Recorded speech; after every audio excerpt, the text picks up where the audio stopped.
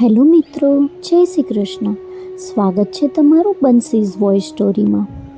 આજે આપણે શ્રી કૃષ્ણના જીવન વિશેની કેટલીક રોચક વાતો વિશે જાણીશું. ભગવાન શ્રી કૃષ્ણ શ્રી હરિના 8મા અવતાર હોવાનું કહેવાય છે. એવું માનવામાં આવે છે કે ભગવાન કૃષ્ણ નારાયણના પૂર્ણ અવતાર હતા. પૃથ્વી પર જન્મ લીધા પછી તેમણે કૃષ્ણ અવતારમાં ઘણી લીલા કરી.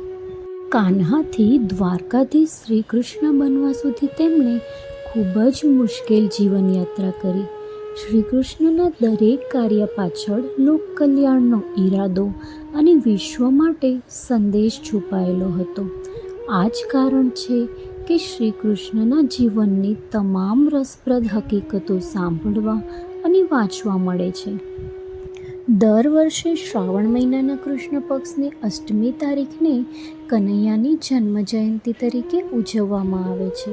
તો ચાલો હવે આપણે જાણીશું એ રોચક વાતો. શ્રી કૃષ્ણ 64 કળાઓમાં નિપુણ હોવાનું કહેવાય છે. એવું કહેવાય છે કે તેણે આ 64 કળાઓ ગુરુ સાંદીપની પાસેથી 64 દિવસમાં જ શીખી હતી. પહેલું, કહેવાય છે કે શ્રી કૃષ્ણની કુલ 16,108 રાણીઓ હતી. હકીકતમાં તેની 8 પટરાણીઓ હતી. તેમના નામ રૂકમણી, જામવતી, સત્યભામા, કાલિંદી, મિત્રબિંદા, સત્ય, ભદ્રા અને લક્ષ્મણા હતી. તેણે બીજા બધાને પત્નીનો દરજ્જો આપ્યો કારણ કે ભૌમાસુરે તેનું અપહરણ કર્યું હતું.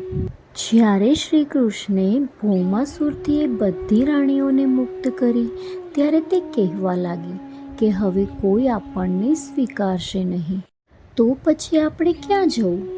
આના પર ભગવાન શ્રી કૃષ્ણે તેને પત્નીનો દરજ્જો આપી અને તેનો સ્વીકાર કર્યો અને જીવનની જવાબદારી લીધી. બીજું, શ્રી કૃષ્ણ 64 કળાઓમાં નિપુણ હોવાનું કહેવાય છે. એવું કહેવાય છે કે તેણે આ 64 કળાઓ ગુરુ સાંદીપની પાસેથી 64 દિવસમાં શીખી હતી. જ્યારે તે પોતાની શિક્ષા પૂરી કરીને પરત ફરી રહ્યા હતા ત્યારે તેણે પોતાના મૃત પુત્રને ગુરુ દક્ષિણા સ્વરૂપે તેના ગુરુ સાંદીપનીને પરત કર્યો હતો.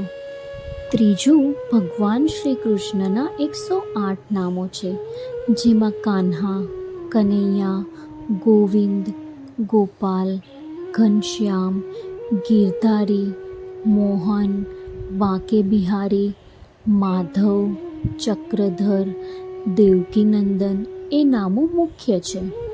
ચોથું, દેવકીનું 7મું બાળક બલરામ હતું અને 8મું બાળક શ્રી કૃષ્ણ હતું.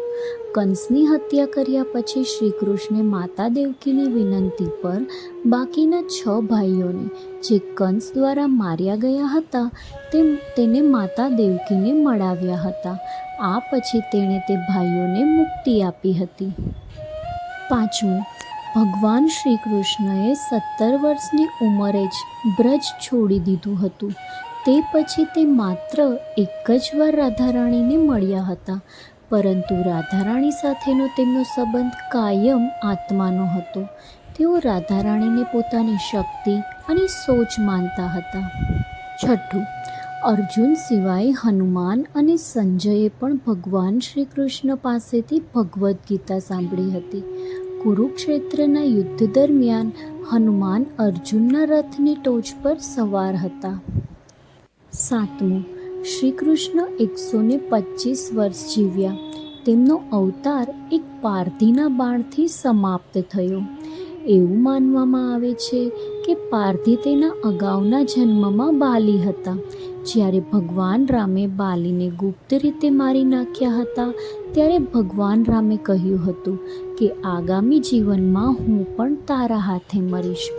આ પછી જ્યારે દ્વાપર યુગમાં નારાયણ કૃષ્ણના રૂપમાં આવ્યા ત્યારે તેઓ એક વૃક્ષ નીચે બેઠા હતા અને ત્યારે જ ભગવાન શ્રી કૃષ્ણના પગને જાનવર સમજી અને તેના પર પારધીએ તીર ચલાવી દીધું અને આ રીતે ભગવાને સોમનાથ પાસેના ભાલકા તીર્થ ખાતે પોતાનો દેહ ત્યાગ કર્યો હતો.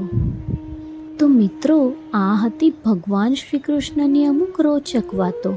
જો તમને મારા આવા વિડીયોઝ ગમતા હોય તો લાઈક અને શેર કરી દેજો, અને આવા જ બીજા વિડીયોના નોટિફિકેશન પણ મળી રહે એ માટે મારી ચેનલને સબસ્ક્રાઈબ પણ કરી લેજો.